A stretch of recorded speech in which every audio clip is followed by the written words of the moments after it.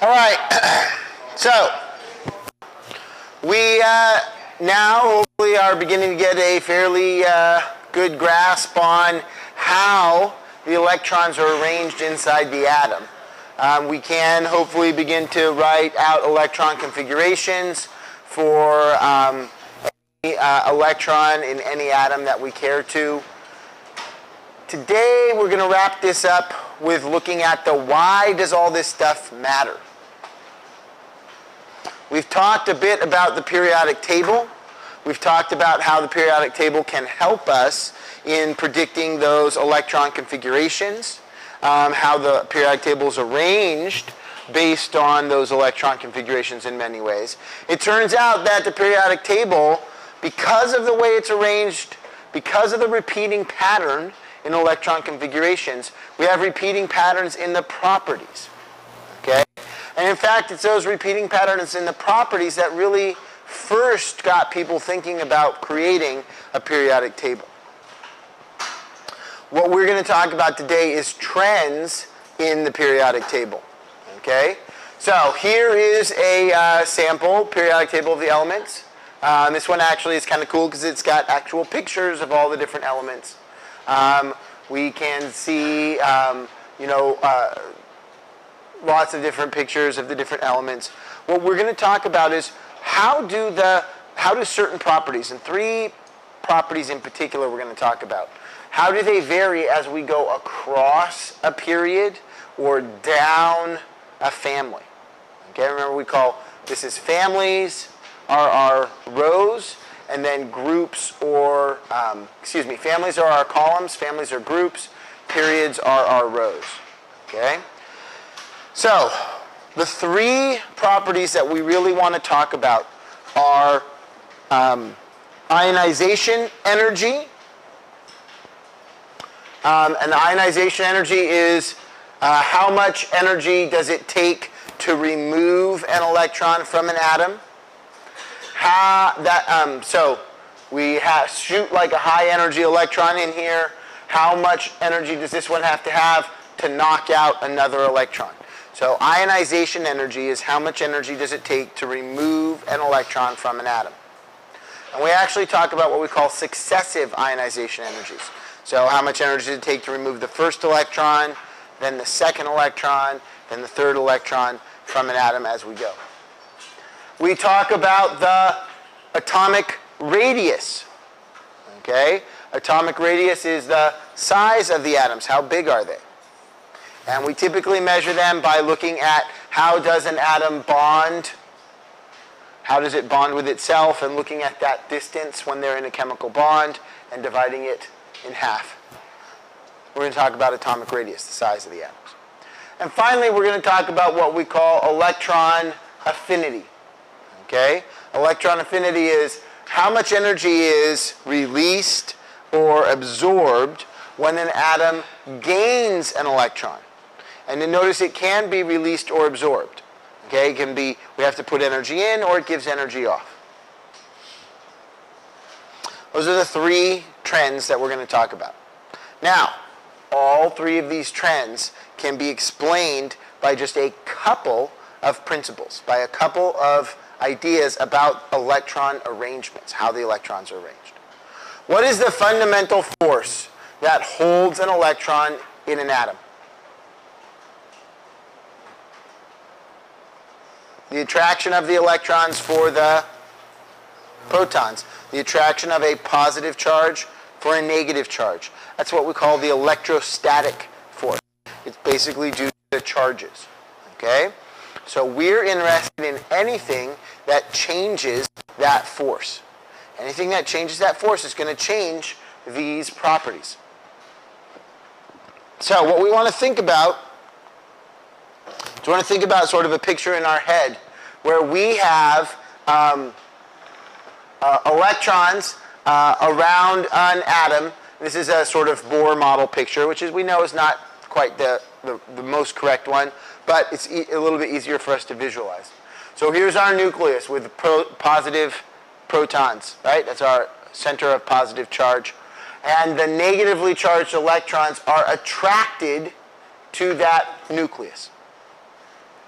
Now we know that the electrons exist in energy levels, and that higher energy levels are further away from the nucleus than lower energy levels. So n equals 1, our lowest energy level, a 1s, is closest to the nucleus, and therefore will be inside of something like n equals 2, something that's further away, or this might be 2 and 3. Now, that turns out to be important for a couple of reasons. The attractive nuclear force depends on two things. It depends on the amount of charge, so the amount of protons in the nucleus, and it depends on the distance. The further away the electron is, the less attractive force it will feel. Okay? So if I have electrons in a further energy level, a higher energy level that are further away, they will feel less attractive force for the nucleus than electrons that are in closer.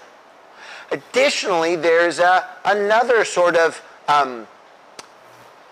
force that we have to worry about. It's also an electrostatic force. But see these electrons? They're both negatively charged. And things that have the same charges repel each other. Opposite charges attract, similar charges repel.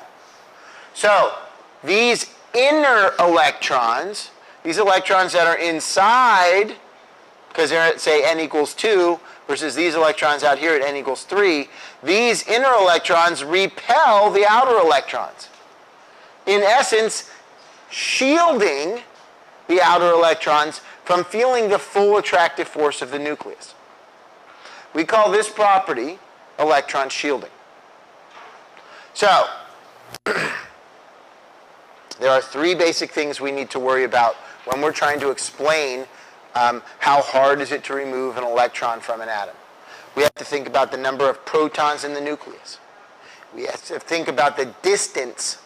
We have to think about the distance that the electrons are from the nucleus, and we have to think about electron shielding. Okay? There are a couple other little things that we'll talk about in a few minutes, but those are the three principal issues that we should be talking about anytime we're talking about how much energy does it take to remove an electron. Now, all the properties that we talk about, all the chemical properties relate back to these things. Protons in the nucleus, distance from the nucleus, electron shielding effects. Okay? So if I start to ask you questions about ionization energy, or why one atom forms bonds or doesn't form bonds, or why does an atom form a particular set of charges or not, or a different set of charges, all those things relate back to this trend. Okay? When we're working, when we're doing problems, we want to be talking about the root cause of the result, the end chemical property we're talking about. We don't want to be talking about sort of secondary causes. So for instance, when we look at ionization, okay, if we look at the ionization energy for an atom, this is the periodic table as we go across the periodic table from hydrogen to helium, our first row. Then from lithium to beryllium, boron, carbon, nitrogen, oxygen, fluorine, neon. So this is going across a period, across a row on the periodic table. What we see is, in general, an increase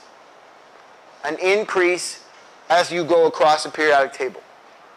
What's changing about the atoms as I go from left to right across the periodic table?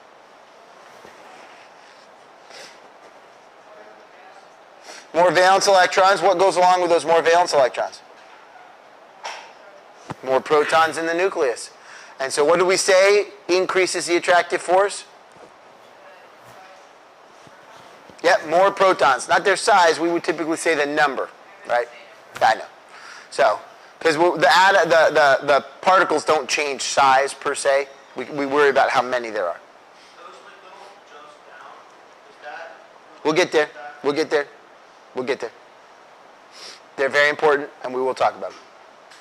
So I went from hydrogen to helium, and the ionization energy went up a lot. That is, it got a lot harder to pull an electron out of a helium than it was for a hydrogen. Okay? Now, that happened because I'm in the same energy level, which means the electrons are basically the same distance away from the nucleus. But I doubled the number of protons. I have a lot more positive charge that attracts the electrons much more strongly. Now, when I go from helium to lithium, there's a big drop. There's a big drop in the ionization energy. We went from almost 600 to down just above 100. A huge drop in the ionization energy. Lithium holds on to that electron very weakly. That's why lithium will form a +1 charge very easily, because it's relatively easy for lithium to lose one electron. Why did there change? Right? I added a proton. Lithium has one more proton than helium. We went from 2 protons to 3 protons, but the ionization energy dropped by, almost 500 kilocalories per mole. What else changed? What do we do when we go down a row? I went from the first energy level to the second. The second energy level is significantly further away from the nucleus than the first. In essence, the electrons were further away from the charge, and therefore they are attracted less strongly. The distance matters. Can I help you, Ms. Trimmo?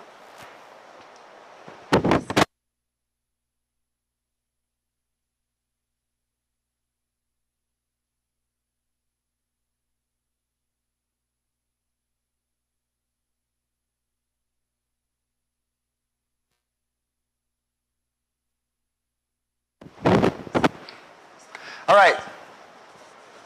So,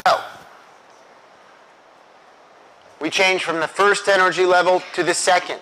Turns out that this electrostatic force varies with the square of the distance. So radius turns out to be pretty important. We can envision that most of the things at the same energy level are at about the same energy, that are about the same distance. Okay? What else happened? If I have this electron out here in the second energy level, what do we know about the 2 electrons in the first energy level? Are they closer to the nucleus or further away? Closer to the nucleus. So what do we say? What happens to an electron that has other electrons between it and the nucleus? Those inner electrons will repel the outer one. We say that the outer one experiences electron shielding. So not only is this electron further away, the last electron, that second energy level electron in lithium, further away from the nucleus, but it is also has 2 of the protons in essence canceled out. Okay? Not quite exactly 2. It's actually a little bit more complex than that. But for our purposes, those 2 electrons in the 1s cancel out 2 of the protons. That means that we've only got like 1 proton worth of attractive force, and it's further away. So electron shielding and increased nuclear distance. Now, what happens in general as we go from lithium to neon? What's the general trend? It goes up. So as we grow across the period from lithium to neon, the ionization energy generally goes up. Yes, these are very important points, and we will talk about them in a few minutes.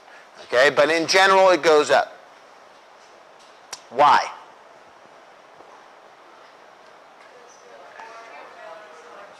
I've got more valence electrons, but what's really attracting them is the more protons in the nucleus. Okay, greater nuclear charge. More protons in the nucleus. All these electrons are still in the second energy level, so they're all basically the same distance apart. Okay, they're basically the same distance. But the greater number of protons causes a greater attractive force. As I go across the periodic table, more protons in the nucleus attract the electrons more strongly. That increases the ionization energy. It is harder to remove electrons as you go across the periodic table because there are more protons in the nucleus for the same energy level. Now I've hit the end of the energy level again here at neon. I am going to jump to sodium, and again, a huge decrease. Okay? A big drop down. Why does that happen again? I'm at a higher energy level, which means the electrons are further away from the nucleus, and they have greater electron shielding. Because now all these inner electrons in both the second energy level and the first energy level are canceling out a bunch of the protons. So when I drop an energy level, greater nuclear distance, the electrons are further away from the nucleus, and there's a lot more electron shielding. Now what happens as I go across the period again? Generally, we're going up. Okay, because there are more protons in the nucleus. Now this is not quite as big, right? It's not quite as big of an up because the electrons are further away from the nucleus. So each proton we add doesn't add quite as much attractive force because there's a greater distance, greater nuclear distance. And then again, I got to argon, I dropped down to potassium. What happened?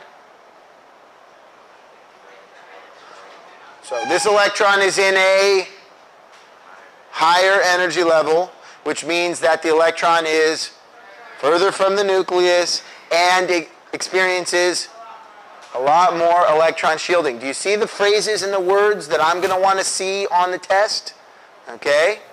Greater number of protons in the nucleus, greater, higher energy level, further from the nucleus, okay, which means weaker attractive force, and greater electron shielding, which means weaker attractive force. All right? Those are the things you have to remember. Those are the things I want you to write down on the test, because those are the things they want you to write down on the AP test or the IB test. Okay? So now, that was as we went across and down, across and down. What happens is if I look, say, from helium to neon to argon, what if I go down a column? What's the trend? Yeah, it's generally going down. So now as I go down a column on the periodic table, why would I expect the ionization energy to decrease?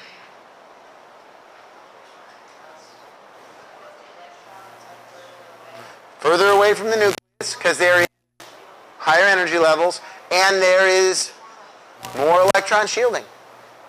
That's it. So there's a lot more protons, right?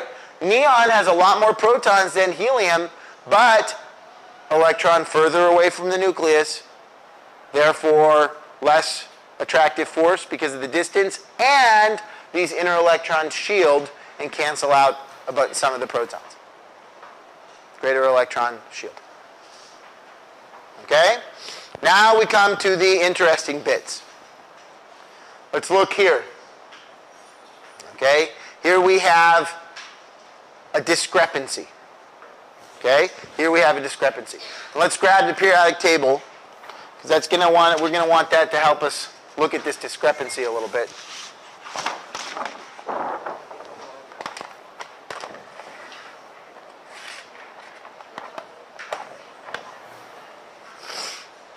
All right, so here we see our first discrepancy. Okay? This is a discrepancy between beryllium and boron. The ionization energy went down when we would have expected it to go up. Boron has one more proton and electron than beryllium. But the ionization energy went down. If we look at the periodic table, okay, here's our beryllium to boron. What else changed? What might explain what's going on here? So boron does definitely have an unpaired electron, but you know what? Let's look, if you look right, lithium has an unpaired electron, right? But what about nitrogen? It has an unpaired electron. What else changed when we went from beryllium to boron?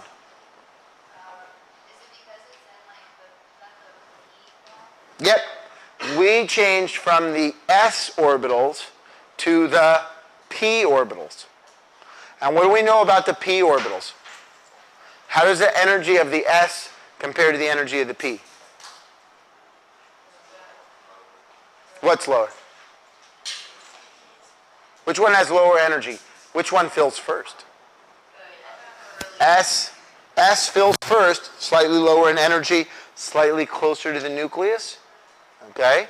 So this discontinuity here, the discontinuity between beryllium and boron, is due to a change from an s orbital to a p orbital. Okay? P orbitals slightly lower in energy, right? Slightly higher in energy, which means they're a little bit further away from the nucleus, which means it's a little bit easier to remove the electron. So the key here is an s versus p orbital. That's an orbital change. Now we have a second discrepancy. This is between nitrogen and oxygen. Nitrogen to oxygen. Is it an orbital change? Did I go from an s to a p? P to a d? No, they're both p orbitals. What changed between nitrogen and oxygen?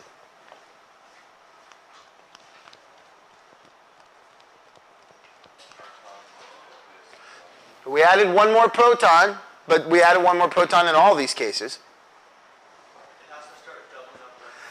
Exactly right. When we switch to oxygen, we have to start doubling up the electrons. Remember, the electron configuration for nitrogen is 1s2, 2s2, 2p3. If we draw orbital diagrams, remember the p's come as a set of 3, so this is 1, 2, 3, 4, 5, 6, 7. Now if we do oxygen, 1s2, 2s2, 2p4, and our orbital diagram, we've got 1, 2, 3, 4, 5, 6, 7, and then the last one, number 8, has to double up. So when we look between nitrogen and oxygen, we see a decrease in ionization energy because we have started to double up. Okay? And when I have to put 2 electrons into one orbital, they're 2 negatively charged things that really repel each other. Now, we didn't see that discrepancy, we didn't see that change, for instance, from lithium to beryllium, because in the s orbital it's closer to the nucleus and there's a greater attractive force. That additional proton is close enough that it overcomes the repulsion of the electrons. But out at the p orbital, which is a little bit further away, so each proton has less of an effect. One proton is not enough out at this distance to overcome the repulsion of putting 2 electrons together. Now, two protons can overcome that repulsive force. Because when I go on to my next, right, when I go on to the next one, when I go on to fluorine that has a 1s2, 2s2, 2p5, and these p electrons here, these p, we're going to have, 1, 2, 3, 4, 5. Now, having added 2 protons to the nucleus, that overcomes the repulsive force. Because it's not like the repulsive force is additive. This is doubled and this is doubled, but it's not like there's 4 of them in any one place. So the additional proton provides enough additional attractive force to overcome that, and this goes back up. So discrepancies can be explained by change in orbital from s to p, or doubling up electrons. All right? So if somebody says, hey, the trend is generally up, but when you look at between beryllium and boron, there's a discrepancy. Why? You're going to say beryllium has electrons in the 2s orbital. Boron has its outermost electrons in the 2p orbital. The 2p orbital is slightly further away from the nucleus and experiences slightly less attractive force, leading to the discrepancy. And if somebody said, well, wait a minute, but what about nitrogen to oxygen? You would say nitrogen has 3 electrons in the 2p orbital, 1 in each of the p orbitals. Oxygen with 4 electrons has an electron that needs to double up into one of the p orbitals. That doubling up causes a lot of electron-electron repulsion, offsetting the attractive force of the additional proton. Okay? The term we use for this is electron-electron repulsion. And that's of primary importance when you double up. Does it work the same if it's going from like a Yeah, P to D, you also see some discrepancies. It's very unusual for us to have to deal with d orbitals when we talk about these kind of trends. It's just not very common because things get a lot more complex when you start to throw in d orbitals. But it's not only S. It's not just S and P, no. Other orbitals experience the same sort of discontinuities, but the trends become less clear the further down the periodic table we get. The more complex the atoms become, there's a lot more interactions. So the trends become not as clear. All right? So, when we look, if I said, hey, how come aluminum has a lower ionization energy than magnesium, you would tell me because the electron, we changed orbitals. We went from an S to a p orbital. And I would say, well, wait a minute. How come sulfur has a lower ionization energy than phosphorus? Because the electrons have to double up. Okay?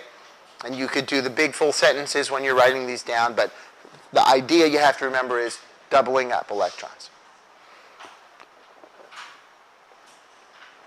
Okay? Everything else can be explained with exactly the same reasoning.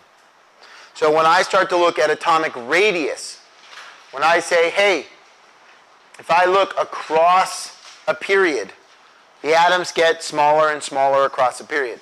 Lithium is the largest. Neon is one of the smallest. Okay, why does that happen?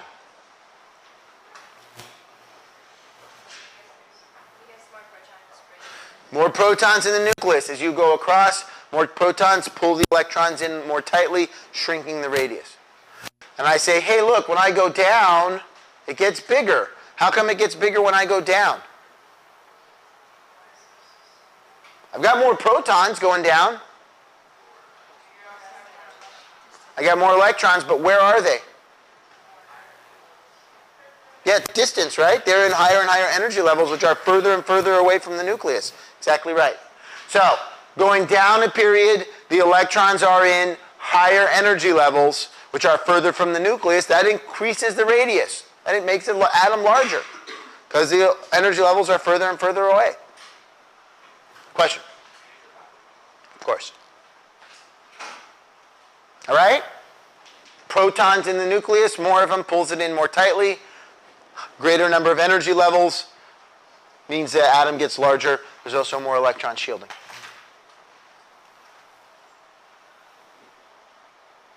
How about electron affinity? If I look at electron affinity, remember, the darker the color, the more exothermic, the more energy given off, the better the electron affinity. Remember, electron affinity is adding an electron.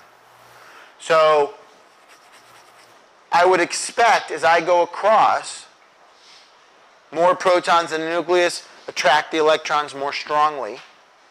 So I would expect the electron affinity to go up. The electrons will get pulled in.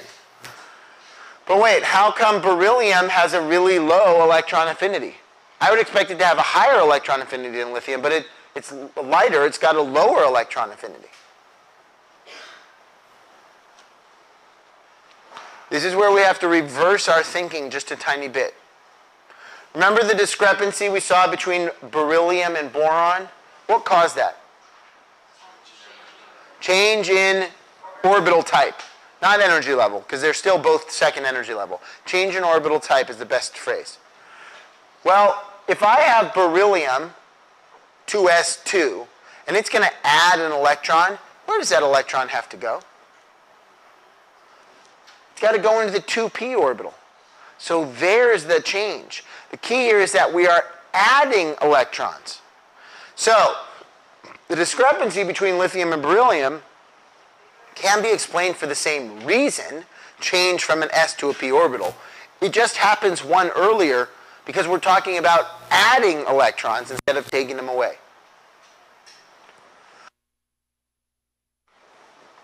So, when I look between lithium and beryllium, there is a decrease in electron affinity because for beryllium to add an electron, it has to go into a p orbital, which is a little bit further away from the nucleus and feels a little less attractive force.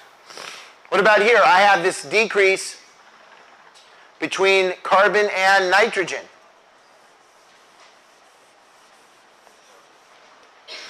Why does the electron affinity of nitrogen go down?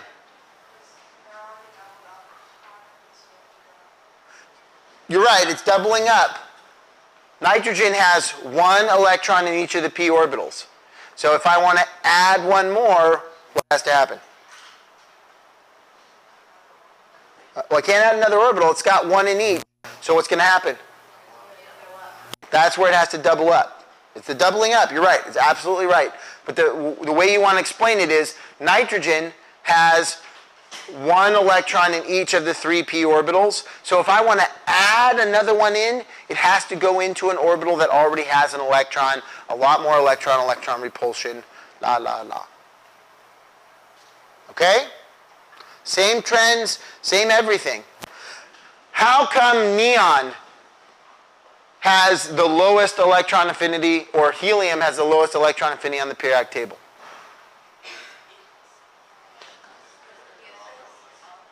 Okay, so a lot of people, I'm hearing some like, it has a full shell. That's true, it does, but that's not the reason why. Think about, where does the new electron have to go? It has to go into a whole new energy level. And that energy level is much further away from the nucleus, exhibits a lot more electron shielding. Helium simply does not have enough protons in the nucleus to attract an electron down in the second energy level. Okay? Get to the root cause. A full shell is not magic. It's not special. All it means is that if you're trying to remove an electron, you've got the maximum number of protons for that energy level. And if you're trying to add an electron, it means that that electron has to go into a much higher, energy level, where it's going to be much further from the nucleus and exhibit a lot more electron shielding. Get to the root causes in your answers. Talk about the number of protons. Talk about the energy levels. Talk about electron shielding. Those are the things I want to hear about, not full energy levels and stable shells. Okay, those are results, not causes.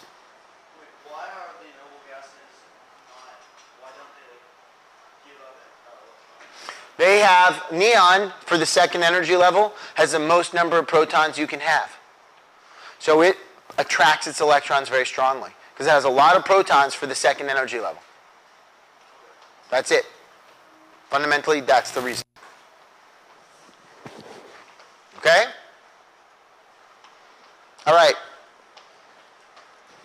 Video time. Yeah, oh, I'm sorry.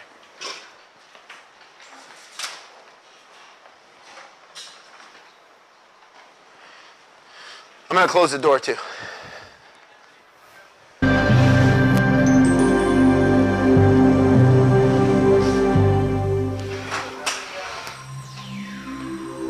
Elements have many properties that exhibit periodic trends. These trends, in turn, allow us to understand the periodic table. Let's look more closely at 4 of the most important periodic trends. We will see that the size of an atom, as measured by its atomic radius, exhibits a periodic trend. The energy needed to remove an electron from an atom, its ionization energy, also exhibits a periodic trend. A third periodic property, the electron affinity, represents the energy gained when an electron is added to an atom. A fourth periodic property, the electronegativity, reflects an atom's tendency to share electrons in a chemical bond. The first periodic property we'll explore is the ionization energy. The first element in the periodic table, hydrogen, has 1 electron and 1 proton. For simplicity, we'll sketch the electron's motion as if it were a circular path around the nucleus. Removing the electron from this atom requires work. The amount of energy required to remove the electron completely, the ionization energy, is 1,312 kilojoules for each mole of hydrogen atoms. Now let's look at the second element, helium. The 2 protons in each helium nucleus strongly attract both electrons in a helium atom. It takes more work to pull electrons off of helium than off of hydrogen. In fact, helium has the highest ionization energy of any atom in the periodic table. The ionization energy of helium is 2,372 kilojoules per mole.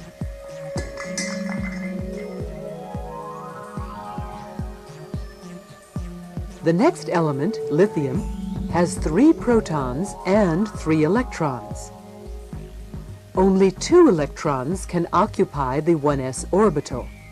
So the third electron occupies the much larger 2s orbital.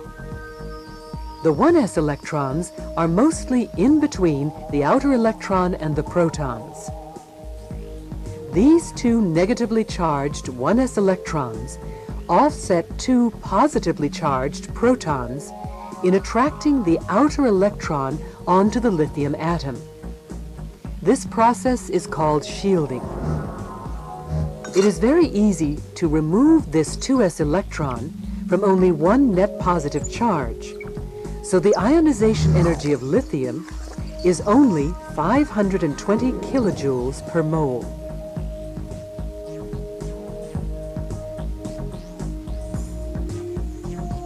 The next element, beryllium, has 4 protons and 4 electrons. The pair of 1s electrons can only offset 2 of the positive charges in the nucleus. The 2s electrons see both remaining positive charges, so it's harder to ionize beryllium than lithium.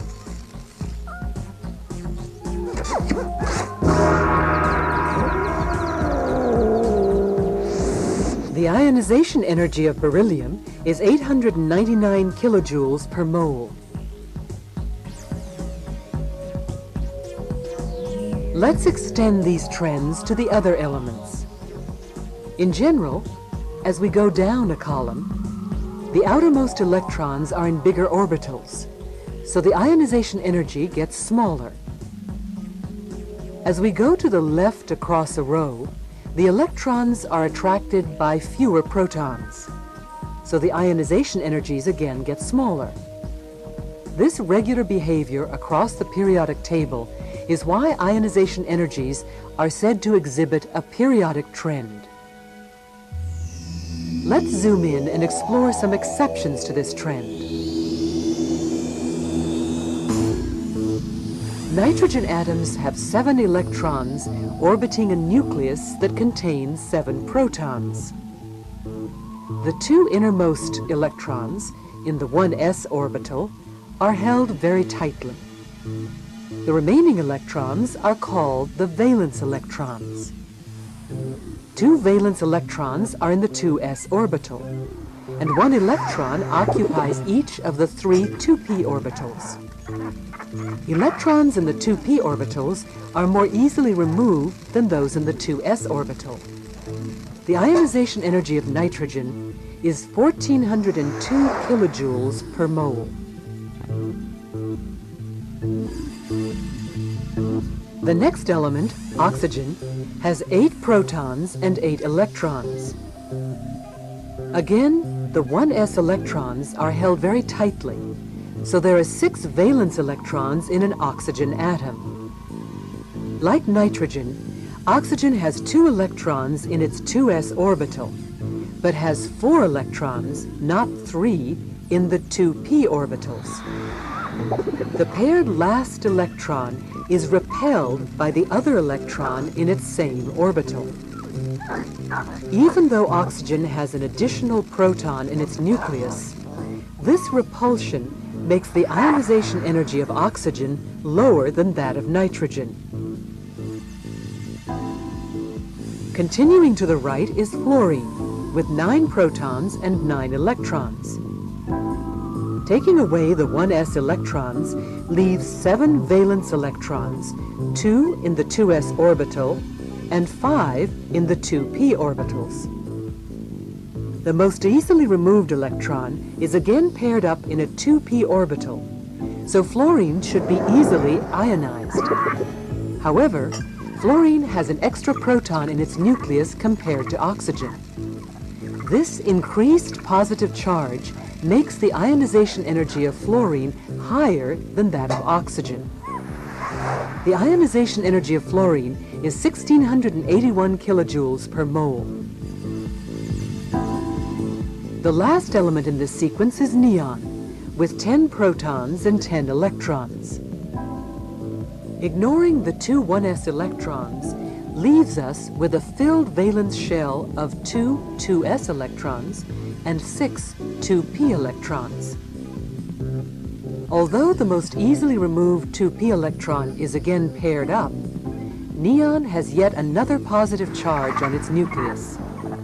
In addition, neon has some extra stability from its filled shell of valence orbitals. Neon, at the right of the periodic table, is the most difficult element to ionize in its row. Neon continues the periodic trend of ionization energies, increasing as one moves to the right of the periodic table.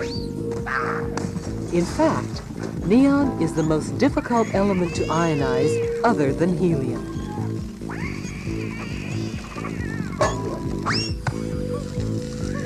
The ionization energy of neon is 2081 kilojoules per mole.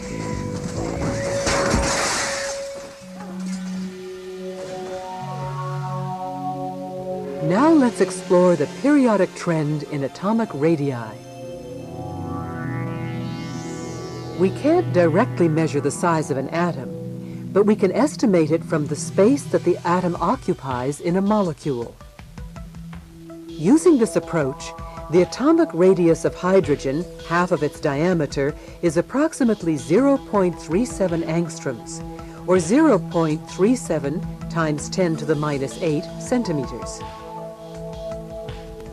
The extra proton in helium holds the electrons more tightly, so helium is smaller than hydrogen. The atomic radius of helium is only 0.32 angstroms.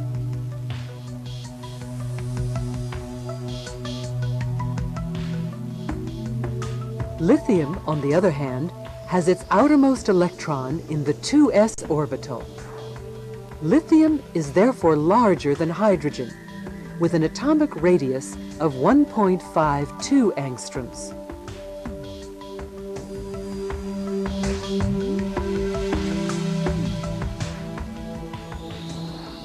Beryllium, to the right of lithium, has an additional proton to attract its electrons. Since its electrons are held more tightly, beryllium is smaller than lithium, with an atomic radius of 1.13 angstroms. Extending this trend to the entire periodic table, the radius of an atom generally increases down a column and decreases across a row. Since the most tightly held electrons are the most difficult to remove, atomic radii and ionization energies are very closely related periodic trends.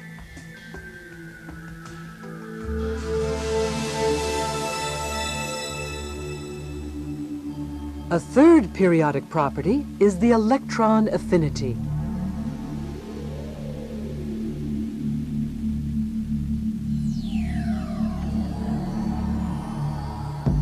Adding an electron to lithium forms a negatively charged atom called an anion. the electron can be put into an empty position in the 2s orbital of lithium. This process releases 60 kilojoules per mole of lithium atoms. The release of energy means a positive affinity, so the sign of the energy is inverted. The electron affinity of lithium is 60 kilojoules per mole.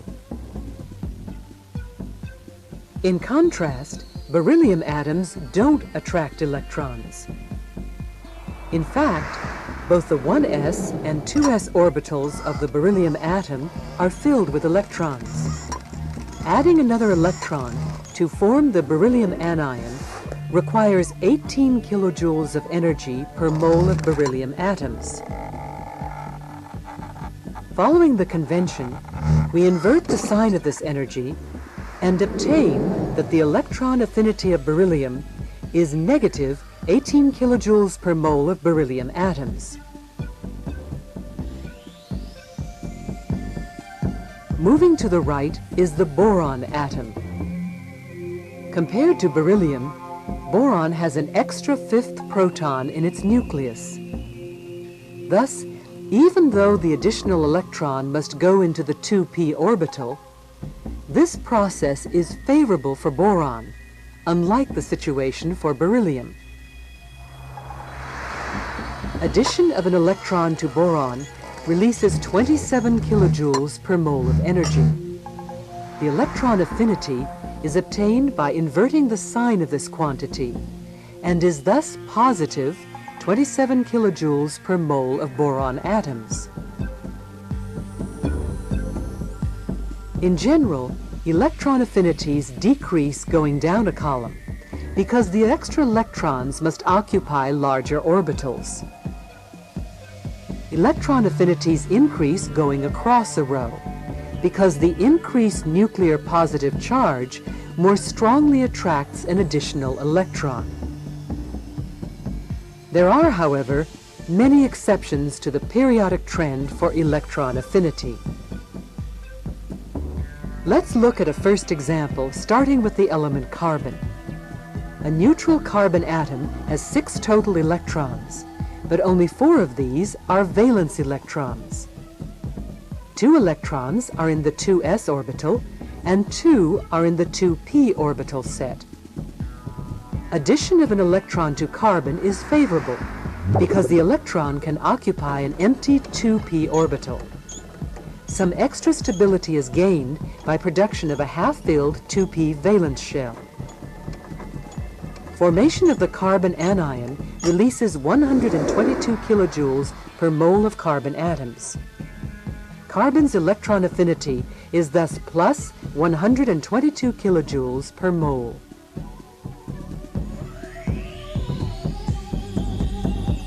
The next element, nitrogen, has 7 total electrons, only 5 of which are valence electrons. 2 are in the 2s orbital and 3 are in the 2p orbital set.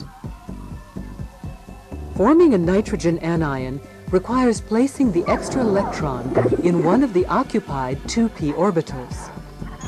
The repulsion between the existing electron and the new electron is so large, energy is required in order to form the nitrogen anion. 7 kilojoules per mole of energy is required to form this anion. So the electron affinity of nitrogen is negative 7 kilojoules per mole. Moving to the right, the increased nuclear charge produces positive electron affinities for oxygen and fluorine, as expected from the periodic trend. A final example is neon. All of neon's valence orbitals are filled with electrons. The electron-electron repulsion during formation of a neon anion thus overwhelms any weak attraction of the electron by the nucleus. An extra electron would have to occupy the non-valence, loosely held 3s orbital. Neon has a high ionization energy, not wanting to lose any electrons, and also has a very negative electron affinity, not wanting to gain any electrons. Neon is therefore an inert gas.